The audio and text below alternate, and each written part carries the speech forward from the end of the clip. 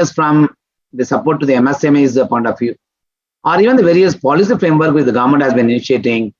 And the last 2 years, and my own personal belief is lots have been done to kickstart to first support the economy. I think kickstart the economy comes later. To support the economy, to ensure that we remain resilient. At the same time, the economy is get ready actually for the next round of growth. Now, what I believe is the 2 years of steps that has been taken in many areas, as I mentioned. There are a lot of innovation also come during the same period in the policy framework itself. In the RBI policy, they have brought a lot of innovative methodology of ensuring the liquidity is provided on one side. At the same time, liquidity also taken out in a different manner. And many such innovations have come in the policy framework itself.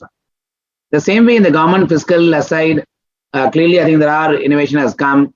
At the same time, there is a continuous effort which the government of India has been putting in ensuring more and more compliance happens both in the GST and income tax by view of structural changes that they have brought in. I think all of them actually make me believe that we are getting an economy not just on a high growth path only for the year 2022, even beyond that. My own belief is I think India will get into the 10 years of the high growth economy in the world with high level of economic activities that could come back on the basis of serious commitment that each of the governments are bringing on the table in every possible way to drive back the growth.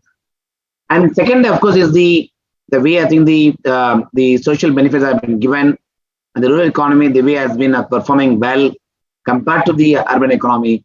Clearly, I think the money available in the hands of people have been rising. I think it's just a question of time for that to get converted to the spending, and therefore that probably could also eventually make the economic growth to come back much faster than what you are saying.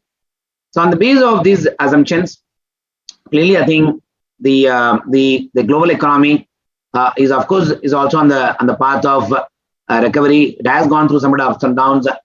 The very fact that we are seeing increased level of price increase in the global market itself indicates it's coming on the back of one, there is renewed expenditures happening from the world economy to drive the economic growth.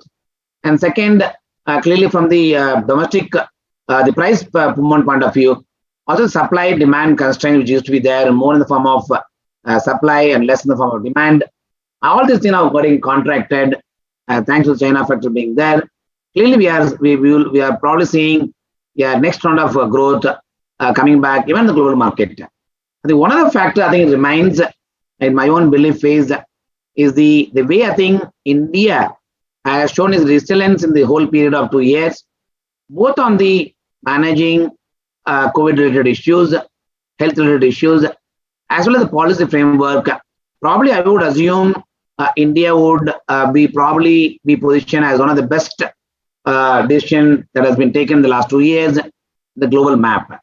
The very fact that the recent discussion that has happened in the case of digital, India, I think Aadhaar is now become the role model to be implemented in the global, some of the countries.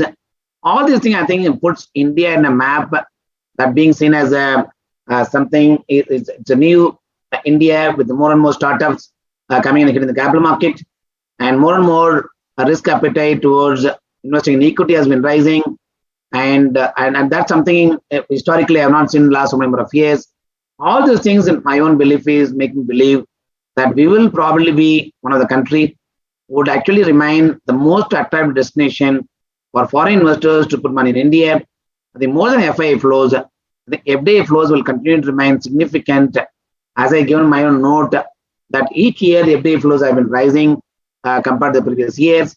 Probably the next few years, the FDI flows into the country will continue to remain a very stronger growth. On this basis, I believe that India is not just getting into 1 year of recovery path. I think my own belief is we are now getting into the next decade of bull economy, and would now be the global market will start looking at India as one of the most attractive investment destination. From Indian point of view, the saver habit is changing, risk appetite coming back. I think more and more money, I think, would come to the capital market, both through the mutual funds as well as the direct equity. And that also, I think, will be one of the trends that I see it. Third, of course, is from employment to the entrepreneurship. kind of model. I think increasingly the new age, the Gen Z are now more keen on becoming an entrepreneur rather than the employment seeking opportunity that I think India generally used to. There's also change in the culture. If you look at it on a holistic basis, and also combined with a good political stability, with the reform initiative that they are taking, both at the state level and central level, I believe personally, that we would probably see a 10-year of bull market, both in equity and the economy coming back aggressively, supported with the corporate earnings. I think overall equity market outlook for the next 10 years should remain somewhat bullish. Market, of course, as Amrita mentioned, intermittent volatility is a function of market.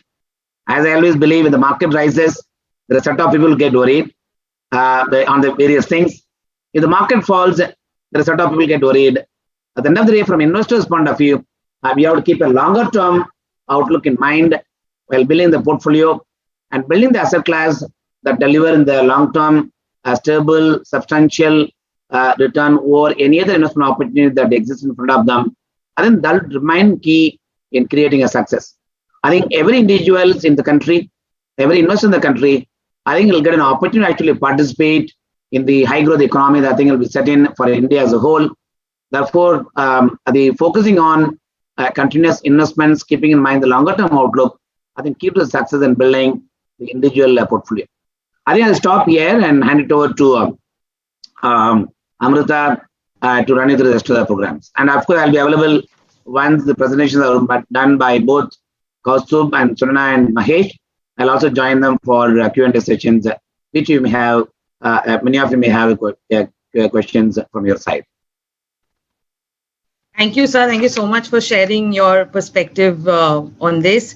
And well, I will now request our co-heads of fixed income, Sunana and Kaustubh, to present the outlook for fixed income for the year 2022. Over to you guys.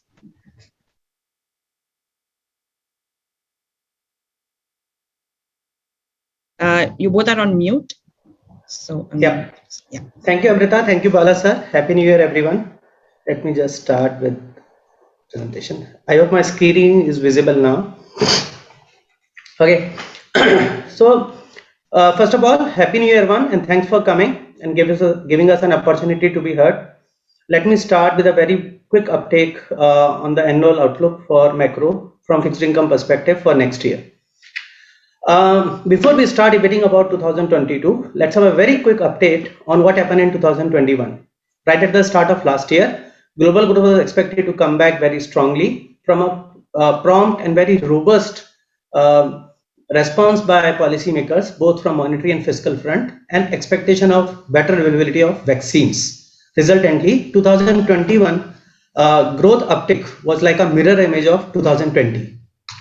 However, growth normalization in 2021 was very diverse, where most of the developed market economies, they were the key torchbearer of growth, led by US, being the clear ahead in terms of growth revival within the developed markets as well.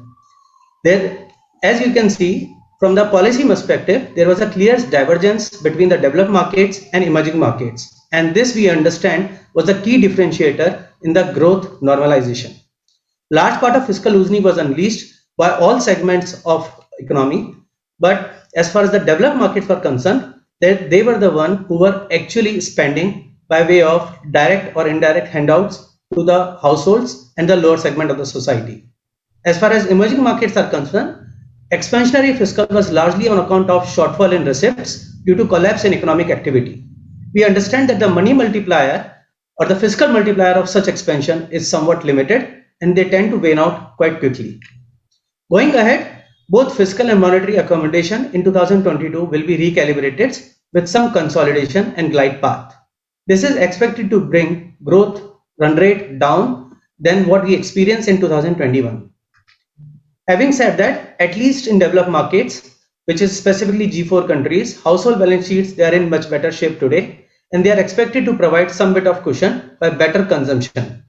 For example, in case of US alone, it is expected that about potential 2.5 trillion of excess savings, they are lying with the households, which is waiting to be deployed.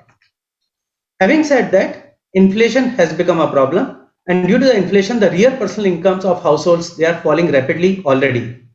Also, as you can see in this chart, that there is a psychological shift towards higher precautionary savings at margin due to pandemic. About 50% of stimulus check up till now has been used to deleverage rather than spending. So basically, what we can conclude is that households are in much better shape, but willingness from them towards the spending or asking for better leverage is missing. Which is why we think that the household ability to consolidate against the fiscal drag would be somewhat limited. Of late, there are apprehensions on the wage pressures which are building up, specifically in US. Once you dissect the data, as you can see in this chart, over last 3 months, it is largely this wage pressure is on the entry level of segment. Beyond that, the prime wage workers growth, at least the wage growth, they are already stagnant. The key reason for this mismatch has been the labor force participation, where there has been a clear downtick. And once you adjust labor force participation, the actual unemployment level in US is about 7% and not 4%. Thus, we expect US growth to grow around 3.5%, which is somewhat below consensus call than most of the policymakers and the analysts on the street. Coming to China. China has been the largest driver of global growth over last 3 decades, but their growth in last decade slowed to 7% from about 10% in 2000. Policymakers are now targeting about 6% of growth for current decade by clear shifts towards inclusive growth and consumption being the key driver of growth. Last year, export turned out to be the key driver for them. Having said that, credit is already a problem for them, and given that the policymakers, there is a clear choice towards a path of deleveraging, orthodox policy making and breaking asset bubbles, China could be a drag on global growth, at least in short term. Property accounts for about 25% of Chinese GDP, and housing side deflation is clearly visible. More than 2/3 of Chinese savings lies with property and bank deposits, and thus we see with the shortfall or deflation in the housing prices, this could get into a negative wealth loop. There are consensus view on China with regard to the incremental easing next year. But our bet is that it would be just to provide a floor to growth and support financial stability instead of stimulating growth.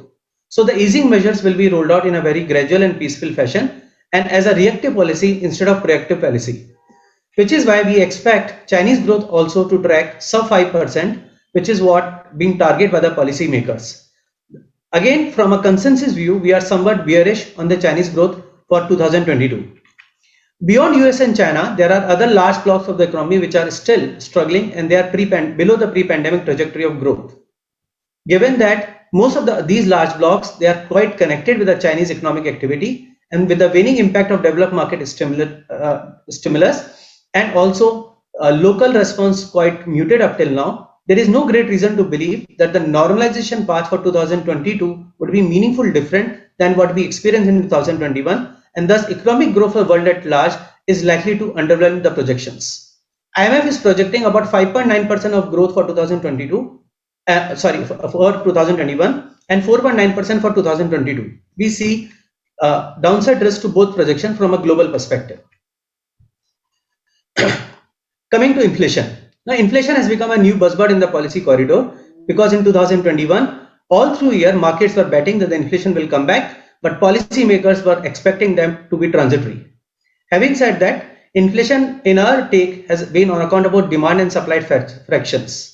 The global supply bottlenecks and the pro-inflationary government policies both trigger economic disruptions, and which is why inflation came in a lot more persistent than what policymakers were anticipating for. Having said that, if you look at this chart, one thing which is very clear that within the developed markets, this inflation is largely in those countries which has given very large amount of handouts, and beyond developed markets,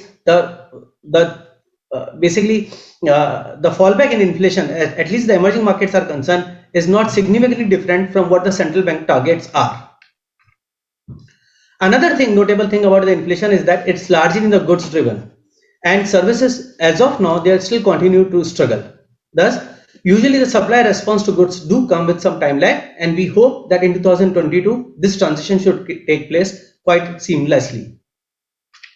there are early signs already in terms of easing supply side constraints, and which is why we are a lot more tolerant in terms of inflation normalization in calendar year 2022. Good news is that from a long-term perspective, inflation expectations, at least up till now, they are very well anchored. As the recurring large round of fiscal stimulus which was provided in 2021 will be absent in 2022, we think the demand supply dynamic, which is somewhat skewed toward demand in calendar year 2021, would balance in 2022. Given inflation is already on higher side and it has started developing some bit of wings on housing and the labor side, and also because of incremental political pressure, Fed is in some pressure to normalize. Thus, Fed has shifted its focus on inflation and they have started normalizing by QE tapering and also increasing the pace in the last policy meet. Having said that, one should be cognizant that any abrupt ending can upset the recovery, which is still uneven, specifically beyond US, and thus policy normalization in our view has to be very gradual. Good news is that markets are already pricing in about 3 rate hikes for 2022. While market thinks Fed will rate hikes thrice in this year, but at the same time, they are also factoring that the terminal rates to be lower than what it used to be pre-pandemic. This shows that the absolute movement, at least from the Fed perspective, is somewhat limited. Our take is that central bankers would be willing to normalize, but only to the extent market and incoming data don't misbehave. Coming to dollar. Now, dollar has been the strong currency in 2021 against the consensus estimates. We think that this strength was largely due to the market positioning, which was at the inception of the year, and due to the better growth surprise that US gave related to the G10 countries and reset of interest rate expectation in the second half by Fed. Going in 2022, we think both growth and interest rate expectations differential in US starts to unwind. Thus, we think DXY not to cross 98 in 2022 in such scenario.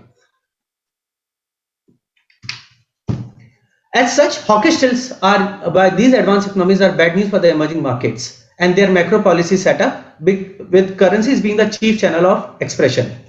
Usually when the advanced economy starts tightening, there are outflows in emerging markets. Fortunately, emerging markets, they are in much better place now than the experience of 2013. Also, they have not just on growth. We think that even for 2022, policymakers in these emerging markets should focus more on growth and the policy support should remain intact like we saw in 2021. Having said that, there would be some bit of tapering as growth becomes more durable on this front. Let me come quickly to India. As such, hawkish tilt by given that the emerging market countries are in much better place and India is doing much better within the emerging market pack. However, the Indian growth is expected to be closer to 9% on back of faster normalization, which we saw post second wave, and also due to the negative base effect of 7% growth last year. If one need to differentiate between, as far as the normalization part is concerned, one need to differentiate between how much of this normalization is associated with the reopening trade, how much it is because of seasonality as we enter into the festive season post second wave, and also how much is a real improvement. If you strip out the base effect, actual growth for this year is somewhat dismissive and about 1 to 2% only instead of 9%. Even for next year, we expect growth rate to be somewhat 9%. This is somewhat higher than the street estimates, but we think that is also because of the base effect and statistical implications. Once you remove the statistical implication, the real growth for the country will be about closer to 4.5% in fiscal year 2022 and 23, and which is somewhat better than FY22, but still lower than the pre-pandemic rate of growth. The key reason for slowdown in momentum is because of absence in fiscal impulse up till now. Most of the fiscal expansion, as you can see, is driven by shortfall in revenue and bookkeeping exercise, and actual fiscal spending is somewhat limited. Having said that, long-term growth in India has been around 6.5% if you look at between 10-year, 15-year and 25 years growth. And most of the drivers, they are still there. However, over the last 20 years, the drivers have keep on changing. For example, in 2000 to 2008, exports were the key driver of our growth. And between 2006 and 2012, capex was the key engine of growth. Post 2014, consumption became the key driver and it started growing at about 7%. However, before COVID, it started struggling closer to 5%. once the credit conditions become very tight. On a 2-year basis, even today, the consumption is still about 3% and which is what at least dragging growth for now and needs to be looked upon. In our assessment, the key reason why the consumer or consumption segment is struggling are: first, the services sector, which drives the consumption, is still about 9% below the pre-pandemic level. Second, household balance sheets, they are in much weaker shape today, because both from income perspective and flow perspective, from a real perspective, from the real terms, and which is a drag on consumption incrementally. Third, fiscal margin has been dragged for households because of the higher excise duty.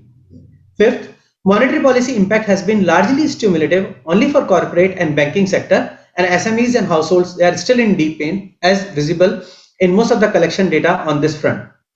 Also, beyond corporate India, which account for just 5% of total wage force, both nominal and real wage is settling about 2% lower than the pre-pandemic level, and which is why in our assessment, consumption is a drag and needs to be at least needs to be pulled upon for a better growth days ahead. Capex, there is a consensus view that Capex is the key thing which will need to be watched out for. In our assessment, there are enabling conditions or other structural changes that government has done in form of negative real rates, higher liquidity, clarity on policy making, stronger and cleaner banking and borrower balance sheets, lower corporate taxes, and PLI incentives like PLI schemes, just to state some. But agents are not willing to lever up.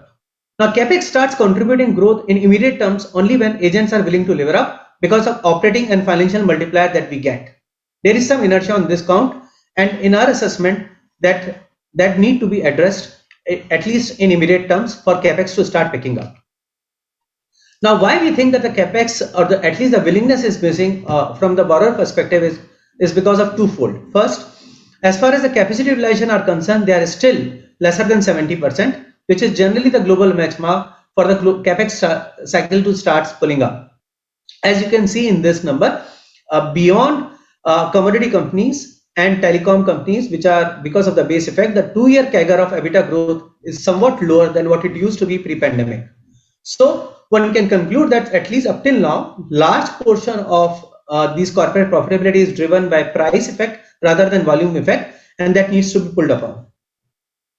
The second important reason is because of the tighter credit conditions. It's true that a lot of policy measures has been done to stimulate credit by structurally keeping rates low. But at the same time, there are credit conditions, at least in our understanding, they are much tighter today than any time in last 10 to 15 years.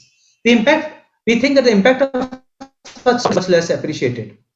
For example, over the last 5 years, from a borrower perspective, there has been laws like IBCs and their experience of credit in 2008, which has made them risk averse. On the lender side as well, there are various risk mitigants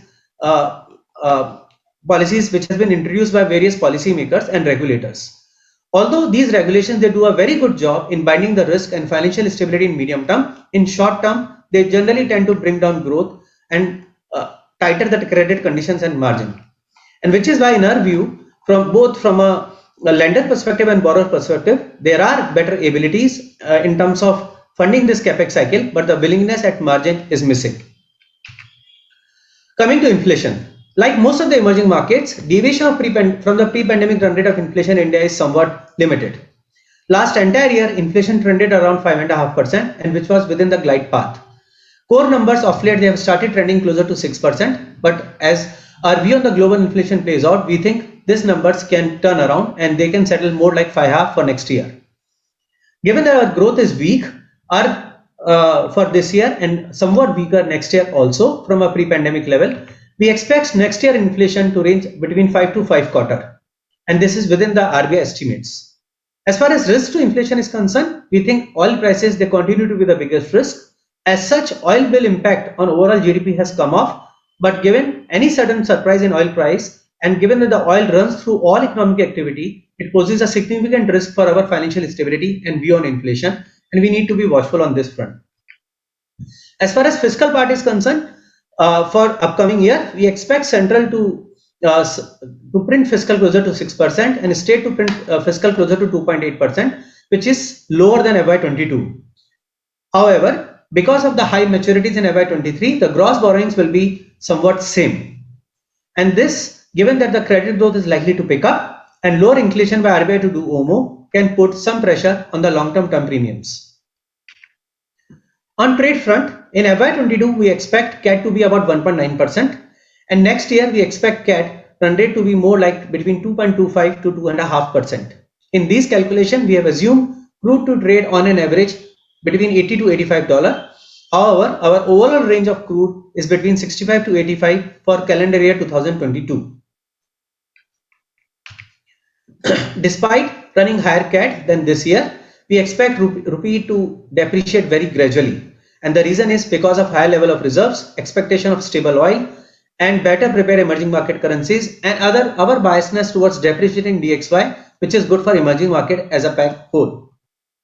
Also, as you can see in this chart, INR is not expensive by any means than what we have experienced in last 5 to 10 years. Coming to RBI, rightfully RBI has used flexibility part of its flexible inflation framework. Given that the deviation of growth run rate is significantly more than the deviation of inflation run rate compared to the pre-pandemic level, inflation should continue to attract lesser policy focus for now. We understand that the financial stability and growth will drive policy consideration over inflation even in 2022. Trade numbers will drive financial stability, and local consumption and potential new capex cycle will drive any handle on local growth.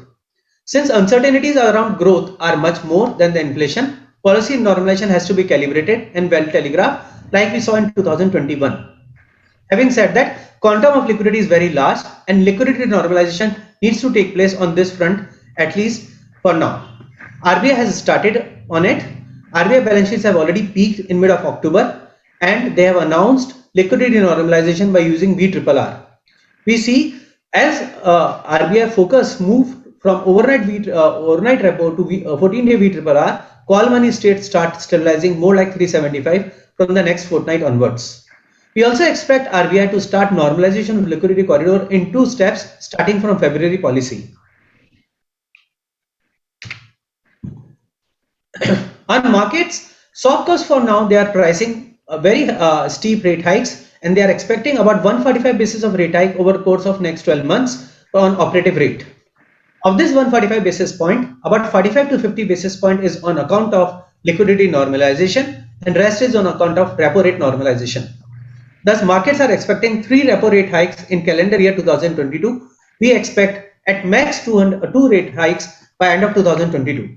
Also, by end of 2022, we expect operative rate to be more like 4.5 instead of 5%, which is being priced in by the markets. Another reason why we think that RBI will be a lot more telegraphed and tolerant this time is because large part of bank loan is already now shifted to market-linked benchmarks. As you can see in this graph, with higher number of loans getting linked to market rates, the policy transmission in this cycle has to be much faster. As market link rates are already moved up by 50 basis point, it is inappropriate to say that RBI is behind the curve and there is no tightening in the system up till now. Let me summarize as far as the fixed income outlook is concerned. Given there is no denial that interest rates have bottomed out, and market and more important the policy makers, they are looking for opportunities to normalize rates from lower bounds. Having said that, this normalization process is likely to induce significantly more walls than compared to last year. But the real question in the policy corridor, at least in our understanding, will be about the pace of normalization and how far are we from the terminal rates. Given that curves are steep, these steep curves, they do provide roll down benefits for our investors. Markets are pricing very aggressive rate hikes, and there are demand supply dynamics which is stressed out in the longer end of the curve. Thus, from a balance of risk argument perspective, we think shorter end may continue to be a better play like it played out in 2021. Thus, unless policymakers end up hiking rates more aggressively than what is priced in by the markets, these curves will be a better play, and within the RBI guidance of gradual normalization, yield maximization can continue to be a better strategy for fixed income, at least for this year. From investor perspective, for a risk reverse or rather risk averse investors, what we are communicating to them is to look to invest in money markets and ultra short term funds and low duration funds until more clarity on growth emerges. An investor with a long term time frame, they can continue to look upon passive strategies and short-term fund. And the longer-term time frame I would like to define is between 1 to 3 years. Let me share a few thoughts on the risk as well to the entire macroeconomic framework that we are projecting. Apart from the sudden energy prices and geopolitical misadventure, given the kind of neighbors that we have, any sudden shift in stance by advanced economy central bankers is key risk to our growth inflation framework. As far as COVID is concerned, world is much better prepared today to deal with COVID, and at least from an infrastructure perspective, we are far ahead of COVID this time. As far as virus is concerned, our understanding is that most of the pathogens are less lethal over time, but they could be more infectious, as we can see in case of Omicron. Thus, for now, unless the infrastructure is overwhelmed, COVID is turning to be an endemic stage for now. Unless you start seeing number of deaths starts getting higher than what the global experience has been, and which could in turn have some bit of political ramification, we see RBI to continue to support for next year. Thank you. Let me pass on to Sunena. Sunena. Thank you so much, Kaustubh. Good morning to everybody. I'm going to take the credit outlook in two parts. The first, I will briefly talk about the overall credit environment and the credit health in corporate India. And secondly, I'll take you into our view on individual sectors. A more detailed view you will find as part of the presentation of your president. Thank you. So corporate health in India is faring much better. When we talk about corporate India, this is the organized listed space that we're talking about. Companies last year took a lot of advantage of the accommodative policies of RBI, the large amount of liquidity and low interest rates available in the system. And they used this to ensure that they raised large amounts of debt at much lower costs and replaced their high cost debt with low cost debt. Additionally, using buoyant equity markets, they managed to raise a fair amount of equity and thereby delever their balance sheets. If we look at these charts are based on data that RBI puts out in about 2,700 odd non-government, non-financial companies. And it shows that on both matrices, both on in terms of debt servicing, which would be the left-hand chart talking about interest cover, as well as in terms of profitability ratios, corporate India seems to be doing better today than it was even pre-pandemic. And this also we see in terms of rating upgrades. CRISIL ratings in their publication that came out for the 30th of September, H1 FY 2022, actually said that their credit ratio, which is the ratio of upgrades to downgrades, jumped to about 2.96 times. This figure was sub 0.5 same time last year. Next slide, please. The financial sector actually is picking up again after the second wave of COVID. So post June 2021, we've actually seen collection efficiencies pick up. However, it's to be noted that the collection efficiencies have now seemingly stagnated at around about 100%, which indicates that while collections are much improved, collection of overdues is still some time away. Within the financial sector, there are two sub-segments, which is that of microfinance and MSME financing, which seem to have undergone some amount of permanent scarring. And recovery in these sectors is likely to be delayed.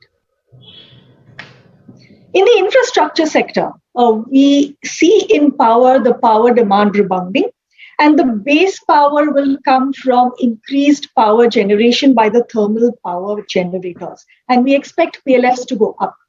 Merchant prices, however, will moderate in line with the softening coal prices as increased availability is there for coal. There's a large emphasis on renewables world over, and India is no different. We've also set for ourselves a fairly stiff target to increase our renewable capacity, as well as to ensure that by 2030, the overall generation share of renewables would move to 50%, which is currently at around about 20%. We believe that solar power will have the edge over wind generation, primarily because of two reasons. One is less PLF variability seen in solar power generation, and secondly is less volatility in payment profile of state discoms when it comes to solar power payments. However, discom receivables have started inching up. despite the large fall that we saw after the relief provided in the Atmanirbhar package. So this will continue to be a drag on the sector. Moving to the next sector within infrastructure, in roads, this is one sector that has been quite badly impacted. And we can see it in terms of the toll collections volatility over the last 2 years. And that's primarily because in the initial lockdown, tolls were suspended. And then, of course, in the second wave of COVID, there was a lot of restrictions, a lot of intrastate restrictions. However, now things seem to have stabilized and come back on track, and we can see that both in terms of average daily collections as well as in terms of the e-way billing. Just hoping that Omicron does not put a spoke in the recovery of this sector. Intensity of bidding has also gone up over the last few months, and we've seen this primarily in bidding for both the hybrid annuity model projects as well as for normal EPC contracts. And this is primarily on the back of the deleveraging done by the few remaining players in this sector. They've delevered by selling off their assets to various InvITs, various other platforms, because previously they were very highly levered and had a large amount of debt on the balance sheets. The telecom sector will actually see their industry revenue grow by about 15%, despite wireless subscriber levels remaining stagnant. This growth will be on account of improved ARPUs due to the tariff rate hikes taken by the remaining players in this sector, and also on the back of higher data consumption.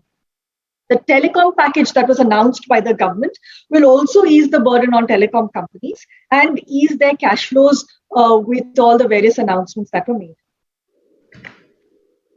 In conclusion, we believe that the infrastructure sector is likely to see a renewed thrust, particularly with the government rolling out its monetization plan. There is going to be a large amount of monetization of assets like roads, transmission assets, airport assets, ports, etc. And already there are ways and means by which the government has already experimented very successfully with monetizing these assets. For all the other assets, however, we believe that there would require to be some amount of tweaks that are made in the existing concession agreements to ensure that there is a fair amount of enforceability of contracts. Moving now to metals, we believe that in steel, China actually led the first phase of recovery. But going ahead, any improvement in recovery would now depend on the rest of the world, considering that a large part of demand in China is coming from the property sector, which is stressed. In India, the spread of Indian primary steel producers is expected to moderate, though not to such a great extent, because raw material prices are also moderating lower. Most of the large Indian steel players have announced large capex plans. This is on the back of their strong deleveraging that they have done over the last 2 years. However, this capex cycle is likely to be different from the previous one because majority of the capex will be brownfield, which is cheaper than greenfield capex. And as announced, most of the capex is likely to be funded internally. In the non-ferrous space, we expect aluminum prices will remain high due to the green cycle and ESG demand. However, zinc prices are expected to moderate from their current levels due to the supply-demand dynamics. In the real estate residential sector, this is one sector that is actually seeing an upcycle after a long period of time. Volumes have picked up. However, average prices have continued to remain rather stagnant. We have seen a shift in market share from the unorganized and small players to the large and organized players, and we expect this to continue going forward. In the commercial real estate space, we've actually, after a fair amount of buzz about work from home and various different hybrid models, we've now begun to see some signs of revival. And we believe that the large grade A properties will continue to be able to command not only their premiums, but also will see increased absorption, considering that their target clients are hiring rather incrementally and rather rapidly. In the automobile sector, while we're seeing passenger vehicles in the last 2 years having seen some amount of recovery and good robust demand, when you actually compare it versus 2019 pre-pandemic, you can see that we're still some way away. Supply side issues will continue due to shortage of semiconductor chips. But however, commercial vehicles and two-wheelers, they're witnessing tepid to negative growth, and that will continue until such time as we see a recovery in the economy. Now, I'll just touch very briefly on credit spreads. And the charts that we've put out are for the 2-year AA rated credit spreads. After the spreads actually peaked last year at the height of the crisis in April, May 2020, we've seen that the spreads have come off, fallen quite rapidly, and now remain at rather low levels. This is on account of a couple of reasons. The first is the huge amount of surplus liquidity that is in the system, and that has driven the spreads lower and have kept them there. And secondly, and more importantly, also the fact that companies have delevered their balance sheets, and whatever capex they plan to do, they're using their internal accruals. So as a result, the demand for new issuances is much less than what we've seen in the past. In summary, well, when we're looking at fixed income, we believe that going ahead, world growth has a far amount of headwinds in 2022 as stimulus fades. However, India is much better placed, and our growth prospects will be much better due to all the various structural changes and reforms that have been carried out, including the reduction in corporate tax rate, as well as PLIs and so many other measures. But the near-term growth will actually be driven more by how consumption picks up and as and when capex picks up. And I think these two might continue to be a drag in the immediate near term going forward.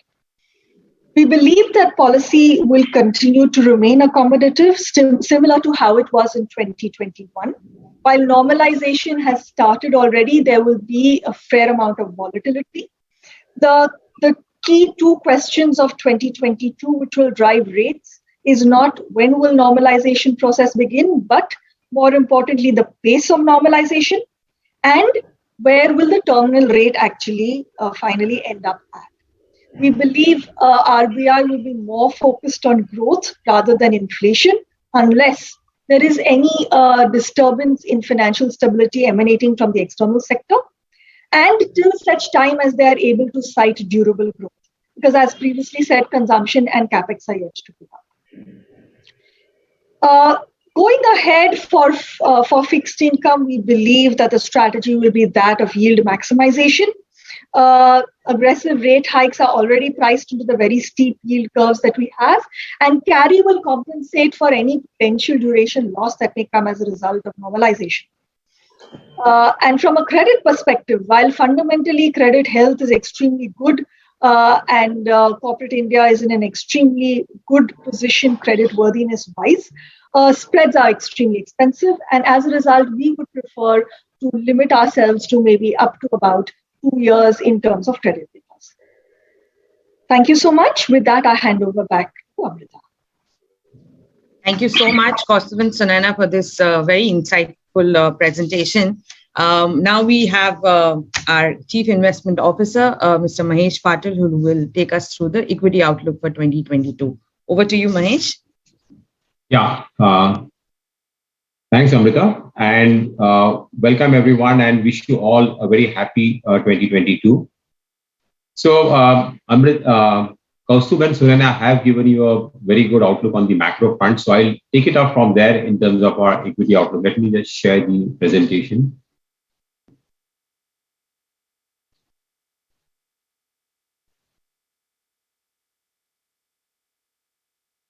Yeah, can you see it? Yes, so, so as we talk about, the title of the presentation is Continuing the Road of Recovery, because we think that overall Indian economy is on a pace of growth, okay, where we are seeing that the recovery phase is pretty much on way. And not only that, India is now at a cusp of a new economic cycle. I mean, we had challenges in the last 2-3 years, okay, we have seen India's overall growth has been impacted because of various factors. But I think that is likely to change, though not immediately in the next 1 or 2 years. But if I take a next 3 to 5 year view, I think clearly, I think this is a new economic cycle for India. But just to look at things slightly in perspective in terms of 2021, how it was. So 2021 was, in a way, a risk-on rally, what we saw in the market, right? Because of the large amount of fiscal stimulus, easy money and liquidity, all risk assets were up. And it was a kind of a one-way journey, really without much of a correction. Though we saw some volatility come in the latter part of the calendar year, but overall markets did very well. US market was the best performing market again, on the back of very strong growth in the US economy as well as corporate earnings growth. But India also was one of the other better performing markets in the last calendar year. And if you look at the sectors, okay, which did well was mainly the cyclicals, right, which are the non-defensives, which really rallied because they were the sectors which were also depressed. Most of the valuation sectors were lower. And also the earnings rebound in some of these sectors, whether it is metals, whether it is the consumer durables, real estate was also fairly strong. I mean, IT was the only sector defensive which did well because IT is also to a way linked to the global economy, which also did very well.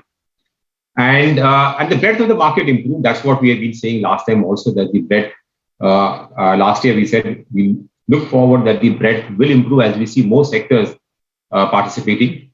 And if you look at the small cap and mid cap indices, they did the best. They were also depressed earlier. And the returns, they were almost double the Nifty returns. But while the markets continue to move higher and earnings growth was also kind of catching up, but the because of the easy liquidity conditions and low interest rates, we've seen that the valuations continue to remain elevated across the region globally. So if you compare the valuation across the key geographies in terms of the PE multiple, the premium to the long-term averages was anywhere between 15 to around 35%. In the US has been the most expensive market, again, driven by the large rally we saw in the technology stocks over the years. But clearly, the markets continue to remain at elevated valuations. And I think that is something which probably will change in this calendar year, where we see some kind of a moderation in valuation as we see a transition, okay, from a high liquidity scenario to a kind of a moderate liquidity scenario. We'll talk about that in the coming presentation. So how do we look forward 2022 on this backdrop? So we think the global markets are climbing the wall of worries, despite the headwinds, what we saw last year because of supply side bottlenecks and the supply side shocks, and some kind of intermittent disruptions because of the COVID wave. The market, global economy was very strong last year. Next year, while it will slow down, it will still remain fairly decent. The US growth will be the strongest, is what we are looking at. And overall, I think China is where the growth will slightly remain muted, but China would still be around 5% or so. And India would still probably be one of the fastest growing economies, is what it looks like. US, while we've seen that the growth this calendar year will slow down, but US still remains fundamentally very strong because if you look at the consumer fundamentals are very robust this time. The household balance sheets have been the strongest ever. And we've seen that the overall savings, right, typically middle income household savings in cash after tax, which typically used to be around 3 weeks, is now up to 3 months. So all these excess savings which are there, which are likely to continue to drive consumption, even that's why we've seen while the inflation has been higher, consumption hasn't really eased off. And that would, while interest rates will go up, but consumption should remain fairly strong. And in the US, we're seeing for the first time, we're seeing that the overall investment cycle in US is looking much better. Government is also going ahead with its infrastructure push. and capacity utilization levels have really bounced back well. So US should be fairly steady amongst the developed markets. And while inflation has been a cause of concern and has been at a 30-year high, but I think the factors, which are supply side challenges which were driving that, are likely to ease off going forward. And overall commodity prices also on the higher base should normalize. So we should see inflation again coming down to compared to the Fed target zone sometime in the latter part of this calendar year.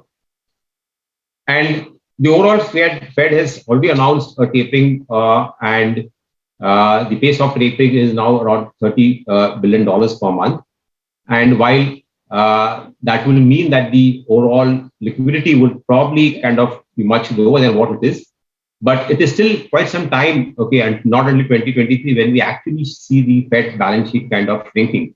So overall liquidity, while it will be lower than what it was last year, it will still be fairly reasonable high even in this calendar year for markets, for risk appetite to remain fairly good. And overall, as Kaustubh also talked about, we are looking at Fed to increase interest rates. Expectation is around 3 rate hikes in this calendar year, and followed by another 3 rate hikes next year. But again, this will just be a normalization rate. I think that should not really impact the longer term rates, is what the view is. And despite that, I think the overall the rates, the real rates will still remain negative, and that would still be positive, for risk appetite going forward. China remains a cause of concern. We've seen economic growth has slowed down materially over there. We've seen the property sector in China has got impacted severely. And if you look at in the earlier years, the big driver for China growth was investments. And that has now come down as China is now trying to move from an investment-led economy to a consumption-led growth, and also moving towards supporting the other high growth sectors, right? Like the green tech, biotechnology. And as a result of this transition, China will continue to probably meander around, say, sub 5% kind of a growth rate. But we don't see it going down dramatically because the Chinese government is likely to support and take corrective measures, if they see the growth slowing down. So that's not too bad. I mean, there was a fear that Chinese growth will probably slow down significantly because of the property crisis. But I think that at the moment looks to be fairly contained. Overall, if you look at the emerging markets as a basket, has seen the growth differential between the developed markets and emerging markets, which peaked out in 2008-9, has been coming down. So emerging market growth has been slower, and to kind of ignore that. And overall recovery has been fairly strong in the last few months. We have seen, though India has been slightly behind the curve in terms of recovery compared to the global recovery, but things have been picking up. And as you can see, the GST collections have been clocking up more than 1.3 lakhs. The total collections have also been fairly strong. The mobility indicators are also showing a quick recovery, though consumption is still slightly weak, rural consumption. But as the mobility picks up, we should see that also improving. And I think we remain fairly constructive on India's GDP growth going forward, though it will take some time to pick up. But I think India is on its path towards a kind of a long-term growth rate, which is 6.5%.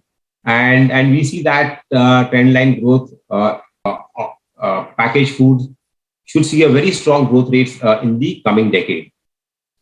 Investments also, after a long time, we are seeing that the real estate sector, which was kind of in the downturn since 2014 onwards, is seeing a revival, again, driven by the affordability gap, which was there, is now looking very, very good. It's the best what we see in the last 20 years on the back of the property prices remaining stable and income levels have gone up. And overall interest rates are also the lowest in the last 13, 15 years.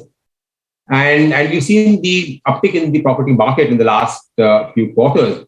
overall inventory levels have gone down. So we think the overall property sector market is also in a kind of a new cycle, and that would also help a lot of other ancillary sectors which are dependent on the property sector do well. Within investments, the whole private sector capex has been a big drag for the economy, but I think there are enablers in place now for the private sector capex to pick up. Corporate India has delevered significantly in the last few years, especially during COVID times. We have seen that if you look at the overall debt equity ratio, which used to be around 1.1 or so pre-COVID, is now around 0.7. So corporate balance sheets are in a healthy position to further invest. And many companies are now starting to talk about their capex guidance plans, especially in sectors like metals, utilities, chemicals, and in the consumer sector. And while it is still early days and capacity utilization levels are still low, as Kaustuv mentioned, but there are clear signs that the capex cycle is likely to pick up in the next 2 to 3 years. And we've seen that whenever the capex cycle, when the investment to GDP picks up, that gives a lot of boost to various sectors and companies, and overall corporate profit to GDP also starts to pick up. So here in this chart, you can see that the whole investment to GDP had collapsed from 2013, right, till 2021. That should slowly start to pick up. And as that happens, you should see overall profitability, corporate profitability also will start to improve. And again, the drivers for investment cycle to pick up are not only the same, but also the whole, the PLI scheme, which has been implemented by the government, the cut in the corporate tax rate, the lower interest rate regime, the good supporting macro, stable rupee, all these factors will lead, I think, for promoters, not only domestic, but a lot of foreign companies to really set up a manufacturing base in India, not only cater to the domestic market, but also to the global market. And exports have done well last year on the back of strong recovery in the developed markets. And I think that will continue to do well. I think we've seen that India's overall IT exports have been very strong. The whole PMI scheme, which has been launched towards, is not only to give size and scale, for Indian companies to be able to cater to the domestic market, but also to the export market. And the whole China Plus One policy, which has been now adopted by the global supply chain, especially after COVID, I think that is likely to benefit Indian companies, especially in the textiles, in the chemicals, and in the pharmaceutical space. And we think the exports will continue to see a fairly robust growth, also supported by fairly good demand from the US. And India's US contributes more than 20% of total India's exports. So I think with all these three pillars being in place, I think we are in a place where I think the recovery, what we're seeing in the economy, will be slow and steady, but clearly it's going to be much more longer lasting than what we have seen in the past. And one of the key, COVID has driven certain key shifts in the landscape, I think, which we think are beneficial for India. Clearly, the whole acceleration towards digitization, what we've seen, adoption of global companies to move towards digital, towards online, IT spend move towards the cloud platform. As a result, we've seen Indian IT companies have been in the best kind of outlook in many years. And that outlook is not likely to be for 1 or 2 years, but it looks to be at least for the next 3 to 5 years. And that's really because India, if you look at this year, the IT sector alone is likely to recruit around 4.5 lakh new people, which used to be around, the run rate used to be just about 2 lakhs, 2.5 lakhs earlier. So, and that is likely to continue for the next few years. So huge amount of employment generation, which is likely to happen, and with increasing pay scales, and that money is likely to be spent. With this huge money coming into the new graduates, that money is going to be spent on, say, housing, in terms of consumption, and so that's another. That's one of the big defining trends. What we see post COVID. Secondly, is many companies globally are trying to diversify from China. Okay, hence many Indian companies are likely to see a big benefit coming out of that, especially in sectors like chemical, pharmaceuticals I talked about earlier. And this trend is not going to be like a 1 year; it's going to be long term, because India's share of global economy for some of these sectors is still very small, and there's enough market share they can continue to gain going forward. And another big change, which is, I think, the biggest, I would say, defining, is the whole boost up to the startup ecosystem. And the India startup ecosystem was always there, but it was very small. But post-COVID, we have seen that the consumer patterns and tastes have changed dramatically. A lot of things have moved online. The digital penetration has increased significantly. And we're seeing adoption across not only shopping, but entertainment, education, healthcare. And that has led to a lot of bootstrap to the Indian startup ecosystem. And we've seen huge amount of money coming into this space, and which is not only creating new jobs and providing employment, but it is also providing the entrepreneurial spirit. Now, anybody in India can actually, a young engineer or a young graduate can have a dream and can think about a big idea, and he can have funding readily available.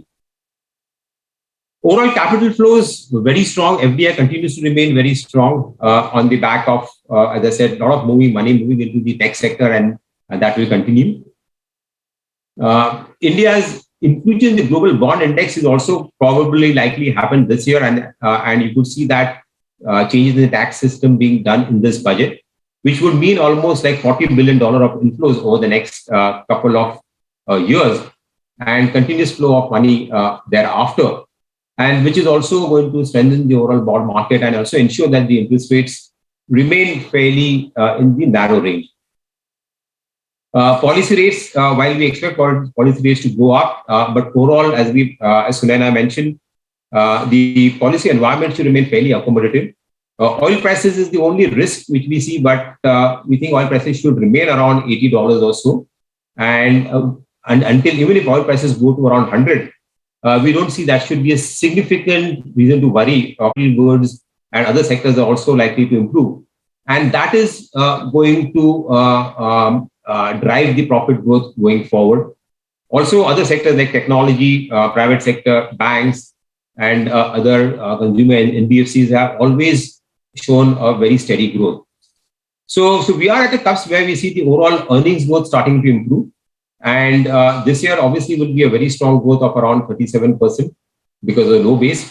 But I think we would see the growth even beyond that to be around 15% kind of a trajectory, which is slightly higher than the growth what we've seen, the long-term average, which is around 12%.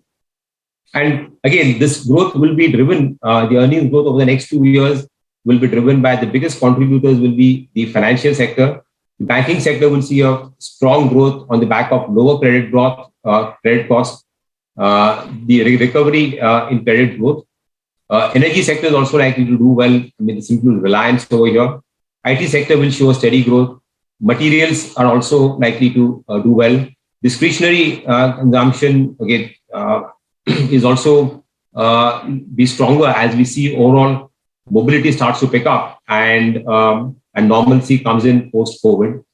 So there are multiple sectors, okay, which will drive this growth, and that gives a more confidence and sustainability of this growth going forward. And if you look at India's CAGR growth rate over the next 2 years, it will be again one of the highest amongst all the emerging markets, which will ensure that India continues to outperform and continues to get a good share of the overall emerging market inflows.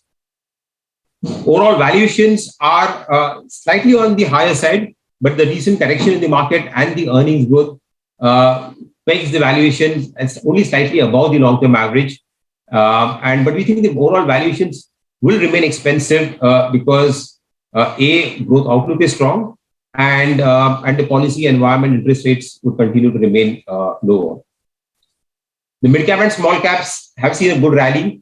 So the valuations there are also slightly kind of on the higher side, but the growth rate in the mid-cap and small cap earnings growth can be slightly better as the domestic economy recovers. So they can continue to do well despite the valuations on the slightly higher side. Overall, on the flow side, I think we would say that last year, emerging market, we saw outflows from emerging markets, okay, on the back of dollar strength, which was there. This year also, I think while DXY will remain slightly elevated and emerging markets might not see very large growth, but last year also, if you saw, India still received a good amount of inflows. And looking at the India's growth differential, we think India will still continue to see FI flows even in this calendar year. So probably not as high as we saw in 2020. And if you look at India's weightage in the emerging market funds, global funds, traditionally India has seen in the range of around as high as around 4 to 5%. Current weightage is somewhere around as low as 1.1%. So there is enough room for global funds or emerging markets funds to increase their India weightage, looking at the better growth differential in India. And that will ensure that India continues to get relatively better flows amongst the emerging markets. And domestic flows also have been very strong. Last year, we've seen the domestic retail participation was the key reason why the markets did well, even while FIs seen outflows. Overall retail ownership has gone up, and SIP flows into the mutual fund industry has also been steadily increasing and has reached around 11,000 crores on a monthly basis. And I think that trend, is likely to continue because the overall breadth of the market is improving now, right? A lot of retail new investors are coming into the market, and which has been reflected on the fact that the overall demat accounts in India the last 2 years has almost doubled. And I think that is good for the health of the equity markets because the broad basing of the investor base is kind of offsetting the FI outflows. And as a result, we have seen that whenever FIs have seen large outflows, also the markets haven't really reacted too much. And that's a big structural change in the Indian markets, what we see. Overall, the IPO activity level in India has been at a record high last year, where we had 15.8 billion, almost $16 billion of new money, which was raised by almost 103 companies. And I think that the pipeline of also new companies coming to the market is still fairly large. And there are all these new age companies which are coming to the market, the new age technology companies, which have been able to make successful IPOs. A year back, one would have thought that India market is still not ripe for some of these new age technology companies to come in.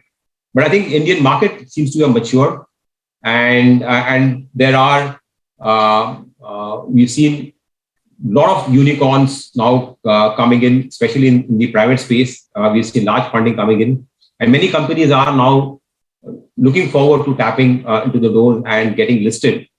There's a wide list of companies which are there, which would also broaden the market in terms of some of these new age technology companies, which you could see coming in even in this calendar year. Overall, if you look at compare next year vis-a-vis last year, how do we look at? So on global demand, I think while it moderates down compared to last year where we saw a strong rebound, but it should be fairly decent. Overall, US dollar, okay, which was kind of weakening, we should see US dollar kind of moderating down. Exports for India, actually, if you look at exports were very strong, that will continue to remain fairly strong. Private sector capex, which has been weak, we expect that to pick up slowly. Consumption was weak last year. I think that should slowly start to pick up, especially discretionary consumption start to pick up. And while inflation and all these things which were high globally, that should start to moderate down. So on balance, I think this year, while there are concerns about interest rates going up and growth slowing down a bit, but things should be fairly fine. Again, the key question which investors ask is, what is the market peaked out, right? With in P multiples where there are. So if you compare vis-a-vis 2008 and now and look at it, see in 2008, when the markets peaked out, we had almost 3 years prior to that, the GDP growth was very strong, around 9% or so. Whereas currently we are, if you look at last 3 year GDP growth is just about 2%. So we are coming in from a much lower base, right? And that is also reflected in the fact that the corporate profit to GDP ratio is around 2.3% compared to around 7.8%. There is enough room for corporate profits and growth to really reflate from here. And that will mean that the earnings growth could be much stronger in the coming years. And overall interest rates are also, while rates are going to go up, but they're still much lower than what they were at around 8%, okay, when the markets picked out. So I think there is enough room for the markets to really move up from here before we start worrying about when the markets have peaked out. So overall, to summarize, I think in the market, I'd say that I think India is at the cusp of a new growth cycle, both in terms of GDP growth, and again, driven by all the three pillars of consumption, investments, and exports.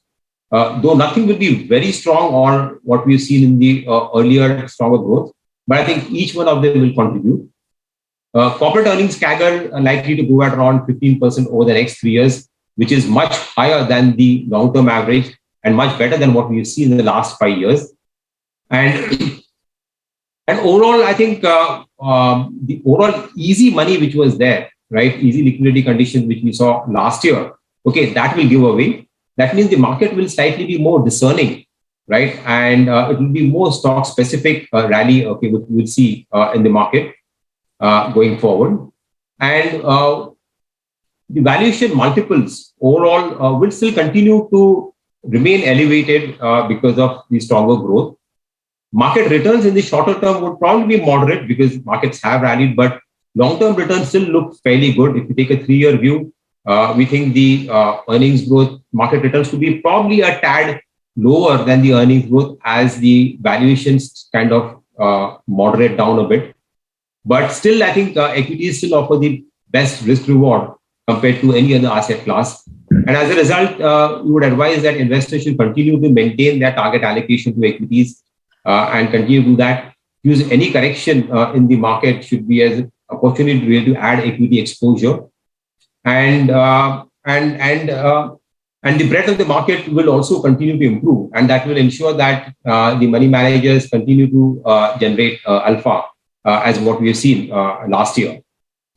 And overall, I think India's GDP growth can touch around $5 trillion over the next 5 to 6 years. And the market cap can actually go higher as we see larger participation of the formalization of the economy happens. Larger companies getting listed, there are new companies which are getting listed. So India's market cap can actually surpass GDP and reach $5 to $6 trillion over the next 5 to 6 years. And the key themes which we would of interest going forward could be the banking and financial services sector. We think will do well. Again, especially the large private banks, the valuations are also fairly reasonable, and with growth coming back and credit costs coming down, I think the sector should do well. Cyclical revival in real estate, as we talked about, I think all sectors linked to real estate should do well. Consumer discretionary sector, especially the low-ticket consumer discretionary, retail, consumer durables, will drive as the per capita income goes up and move from unorganized to organized. And the rise of domestic manufacturing, I think after a long time, you will see that play out, taking benefit of all the PLI schemes and the stronger corporate balance sheet. And the whole digital transformation, what we are seeing play out globally and also in India, that will continue to benefit the Indian IT sector. So these are the 3 of the 4 themes which will continue to drive our investment thesis in the next few years.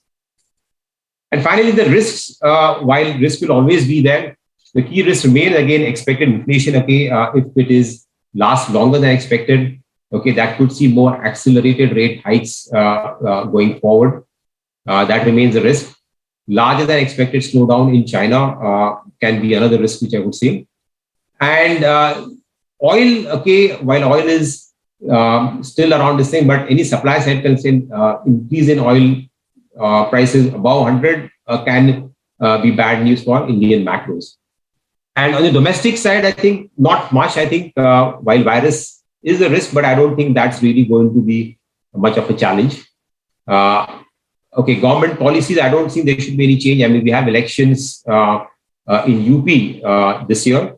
So we'll see. But I think the government still looks like it will be on its path towards growth and should not really falter in terms of its whole policy framework, what it has already put in place. And finally, in terms of our offerings, as I said, the larger allocation, I think, should continue with a diversified fund, because we're seeing large cap, mid cap, and small cap. The risk reward is fairly well balanced across all that space. So large allocation should be a diversified fund, followed by large cap. Continue allocation towards, say, a mid cap side, because as domestic economy does well, mid caps will continue to do well. And amongst the thematics, okay, what we are advising is the banking and financial services sector fund, the Digital India Fund to play the whole digital theme, and the Gen Next Fund, okay, which is a play on the overall consumption. So that's it. I think in summary, I would say that this is a time, I think, what I'm seeing, the big transformation which is happening in the country. It will happen slow and steadily, but it is going to touch many lives. The whole digital revolution, what we are seeing, the startup ecosystem is going to create a very totally different kind of a buoyancy in the Indian economy, and which will continue to drive profit growth and take the markets higher from here.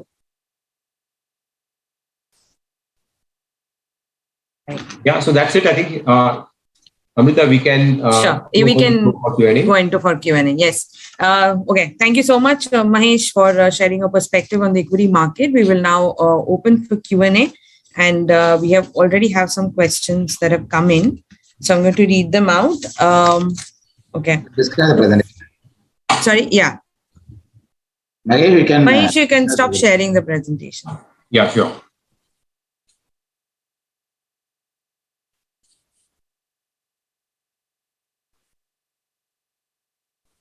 Yeah. Yeah. So before I begin the Q&A section, just to repeat, you can type in your questions and mention the publication name and your name and who the question is for. That would help, or we can just throw in the question to our speakers. Okay, the first one is coming from Bhargav Trivedi from Sandesh. Hi, Bhargav.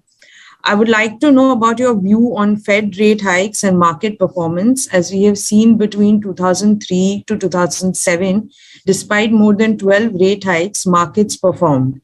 We experienced secular bull run between 2016 and 2019 too. Between 2016 and 2019 too, we witnessed same thing. What about this time? So who wants to go for this? Yeah, so I'll take that. Sure. So I think, see, there is no doubt. See, normally what happens is that when there's growth slowing down, economic crisis, the Fed cuts rates, and then there's an economic recovery which is there, right? And slowly you start to really normalize the whole trade. And while the normalization happens, right, the central banks are still behind the curve, right? And growth continues to improve. And that's what we saw in that period, right? 2003 to 2007, global growth continued to improve. Rates also went up, but the markets are more driven by, at least in the initial period, by the growth, because that has a larger impact on overall earnings. The increase in interest rates, while they happen, but the top line growth is stronger, the impact of that is much stronger on the bottom line. So I think while the normalization happens, I think unless the rates become so restrictive that they start to impact growth, right? And I think the markets continue to do well in that period. And that's what I think we are also currently in a phase where the Fed is in its normalization path. You will see interest rates go up, but they will not really do anything to really harm the growth or restrict it significantly. It is still some time away, okay, where rates reach a level where they start to really hurt. So I think given that scenario, I think this same normalization path, what we're seeing currently by the Fed and also domestically by the RBI, I think that should not really impact the markets. There is always some kind of a course correction, okay, when the first rate happens, the market tends to react to it, but then it again bounces back on the back of the overall trajectory of growth. Thank you, Mahesh. The next question is from Suresh Angan from Hindu Business Line. Hi, Suresh. Corporates have used the cash generation to reduce debt rather than enhancing capacity. Is it a signal that they are not as bullish as investors are? Also, government fiscal position is not that good. Will they be able to drive growth? Okay. You want to take that? Yeah, yes, Mahesh. So Suresh, look, it's a valid observation that corporates of late, despite better profitability, they are not basically they're using their cash or internal accrual to fund their capex. Now, which is the essence in of my one of the slide, if you remember, that for any cycle, corporate cycle, and ideally capex, you need to lever up. Now that leverage piece has two parts. One is ability to lever up, and then there has to be a willingness to lever up. Now ability part is what we have addressed in last 5 years. How we have kept real rates, now they are in deep into negative territory. Liquidity has been infused, which was generally restrictive into the prior era. Then to some extent there is clarity in terms of policy making. Corporate taxes have been reduced. PLI, schemes like PLI. So there is a reasonable incentive. So overall the structure is already ready. And most important thing, both the banking balance sheet and the corporate balance sheets, they are in much better shape than any time in last, I would say, post 2008. So in last 15 years, corporate balance sheet, they are much better, which is more of indication of ability. Now, what your question specifically, I think, is pondering on a point is that why are corporates not levering it up? Because unless they start levering it up, the magic of both financial leverage and operating leverage, which starts accruing in your balance sheets, it's not visible. So I would say there are from the willingness, one is more of a softer point, and one which is a hard fact. Hard fact is that capacity utilization, they are still at a lower level. So what we are seeing is a lot of nominal growth in the corporate side, but when you deflate it with the nominal WPI numbers or CPI numbers, then the growth is still a lot more muted. It is better than last year, but it is muted than what it used to be in the previous capex cycle. Now, under the softer aspect of it, which is where I think the bigger problem of capex cycle this time around is that animal splits, because of continuous drawdown they saw in 2008, 2011, 2013, then 2015. Generally the entrepreneurship skill of, or which is what we know as an animal spirit, it has taken a hard beating, both again from a lender perspective and a borrower perspective. From a borrower perspective, because today the borrowers are whenever they are coming out with results, the one key highlight in the result is that what is the debt equity ratio, how much debt they are paying off, which is what equity markets are generally celebrating, that look, companies are not levering up, they are paying it off, which means they are in much better shape. So there is an incentive, soft incentive that these borrowers have got. If their balance sheets are cleaner and meaner, then they are getting better valuation compared to the companies which are still into this operative and or rather in financial leverage. The second part is from the lender's perspective. Now, if you see previous capex cycle in India, which was in 2006 to 2013 or rather 2012, there were mostly PSU banks and two large private banks who were funding that capex. Now, post 2012, because large part of PSU banks was pushed into PCA category longer than what probably was originally envisaged, and even the couple of corporate banks who were funding this corporate cycle, they have found that the new love for them is retail piece. Now, as a matter of fact, just to give you a color, since 2015, the outstanding corporate credit in India at a banking level is at same level, which means that corporate credit is not growing since 2015. So the bankers now also, they are more focused on risk mitigations. They are more focused on cleaning their books. They are more focused on making books very granular, so that if there is a new cycle or new shocks comes in, the impact on their profitability and the book is a lot lower. Then there are a lot of regulations which have come in, which at margin are disincentivizing that you start taking any big risk. So all these reasons, in our view, this part is somewhat lesser appreciated, which is the softer part, but this is what holding corporates to kickstart new capex cycle through a leverage. And it's true not only for India, it's a global. You pick up US, you pick up Europe, you pick up most of the advanced economies. Everywhere the capex cycle has slowed, everywhere the banking balance sheet exposure to corporate credit has slowed secularly, because everywhere post 2008 and 2011 and 13, lot of regulations have come in so as to make sure that the leverage part is kept in check. The second part, which I think you talk about, is more on the fiscal front. You are right that today the fiscal position is a lot more stretched, but good thing is that into the COVID only, government has bought, or they have given a timeline to the market that they have moved from the fiscal run rate, which used to be more like 3 to 3.5 into the COVID for next 5 year, rather 1 and 2 year. Now it's true that up till now, the actual spending is absolutely negligible or rather muted. Okay, but because they have a timeline for 5 years and they have taken this path and they have communicated to the markets, and markets are more or less they are agreed to it, that the fiscal India moves from 3.5 to average 5.5 or 5 years, they have reasonable fiscal space for another 3-4 years to push the capex. Now it is hopeful that next 3-4 years, both consumption and the capex peaks will start moving up. And at that time, even if government is withdrawing from this fiscal profligacy from 5.5 to more like 3.5, which was the original path before COVID, they will still have a very reasonable, about closer to, you can say on an average, 10% of GDP by that time government would end up spending to support economy. So that's the argument on the fiscal part, that they are stressed, but it is because it's well communicated, and that's the scene again at a global policy level.